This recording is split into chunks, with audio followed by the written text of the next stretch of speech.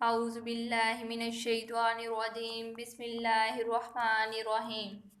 قیامت کے دن اللہ تعالیٰ کے خوف سے رونے والوں کو لایا جائے گا۔ اس کی خطائیں وزنی ہو جائیں گی، جس کی وجہ سے اسے جہنم جانے کا حکم ہوگا۔ اس کی آنکھ کا ایک بال بول کر کہے گا، اے میرے رب۔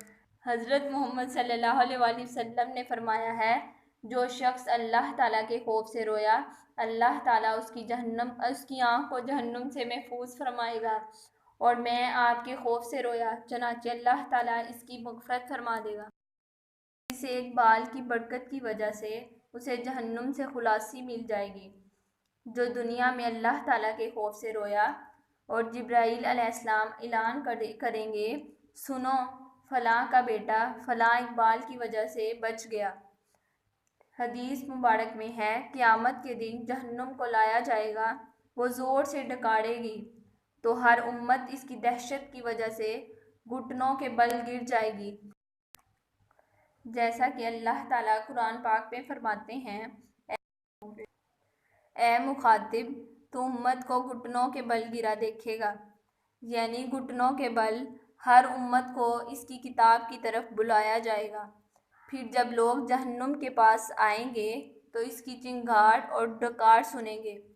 اس کی یہ آواز 500 سال کی مسافت سے سنائی دے گی، اور ہر ایک، یہاں تک کہ انبیاء علیہ السلام بھی نفسی نفسی کہیں گے۔ صرف انبیاء علیہ السلام کے برگزیدہ یعنی حضرت محمد صلی اللہ علیہ وآلہ وسلم کہیں گے، امتی امتی۔ جہنم سے پہاڑوں کی طرف آگ بلند ہوگی۔ حضرت محمد صلی اللہ علیہ وآلہ وسلم کی امت اس آگ کو دھکیلنے کی کوشش کرے گی اور کہے گی، اے آگ، نمازیوں کے حق کی وجہ سے، صدقہ کرنے والوں کے حق کی وجہ سے، خوش و خضوع والوں کے حق کی وجہ سے، روزہ داروں کے حق کی وجہ سے، ان سب کا واسطہ ہے، تو لوٹ جا۔ لیکن وہ نہیں لوٹے گی۔ حضرت جبرائیل علیہ السلام کہیں گے کہ یہ آگ یقیناً حضرت محمد صلی اللہ علیہ وآلہ وسلم کی امت کی طرف بڑھ رہی ہے۔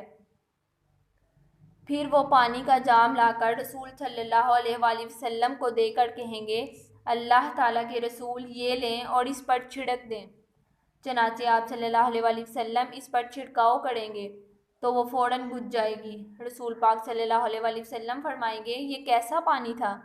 حضرت جبرائیل علیہ السلام عرض کریں گے، یہ آپ کی امت کے ان گناہ گاروں کے آنسو ہیں جو اللہ تعالیٰ کے خوف سے روئے تھے۔ اب مجھے حکم ہوا ہے کہ میں وہ پانی آپ کو دوں تاکہ اس پانی کو اس آگ پر چھڑکیں اور وہ آگ اللہ تعالیٰ کے حکم سے بجھ جائے۔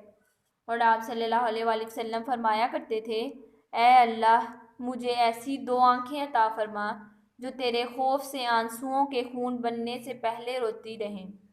اے میری آنکھوں، تم میرے گناہ پر کیوں نہیں روتی ہو؟ عمر کی لڑی میرے ہاتھوں سے بکھر گئی اور مجھے خبر بھی نہ ہوئی۔ ایک حدیث میں ہے کہ نبی پاک صلی اللہ علیہ وآلہ وسلم نے فرمایا، ایسا نہیں ہو سکتا کہ کسی مومن بندے کی آنکھوں سے اللہ کے خوف کی وجہ سے اتنا معمولی آنسو بھی نکلے جیسے مکھی کا سڑ ہوتا ہے، اور پھر وہ جہنم میں چلا جائے۔